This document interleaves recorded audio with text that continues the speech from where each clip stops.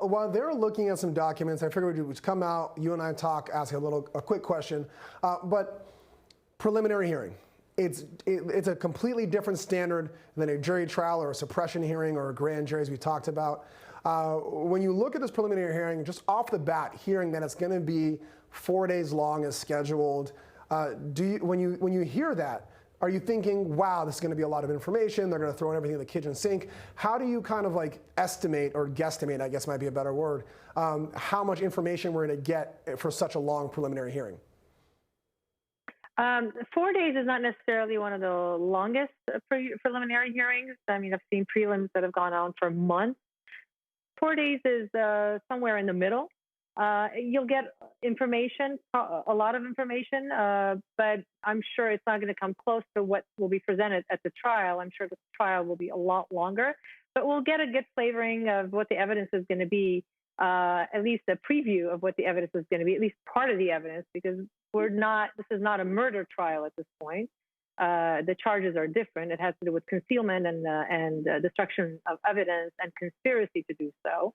So again, the charges are different, but we will get a lot of information. And one of the things that we already see, and it was very evident in the cross-examination of Melanie Gibbs this morning by defense counsel John Pryor, you could already see where he's going with it. We could see the defense. They're already starting to point the finger.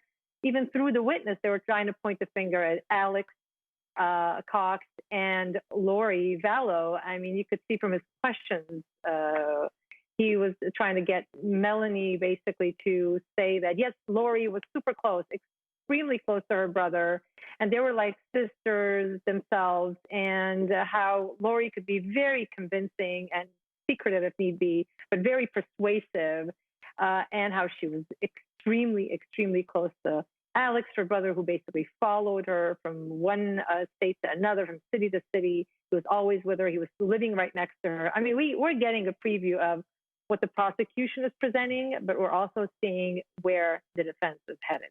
Yeah, Chad Daybell definitely has at least some resemblance of a defense there. It's going to be interesting to see not only in the jury selection or the opening statement, but the summation when they tie it all together. And Lara, so far you've done a great job of tying it all together. It's going to be interesting when they get all those other aspects from maybe their own witnesses, or maybe just clarification from other witnesses. Like you said, we're not going to hear it all here and now. But we're going to take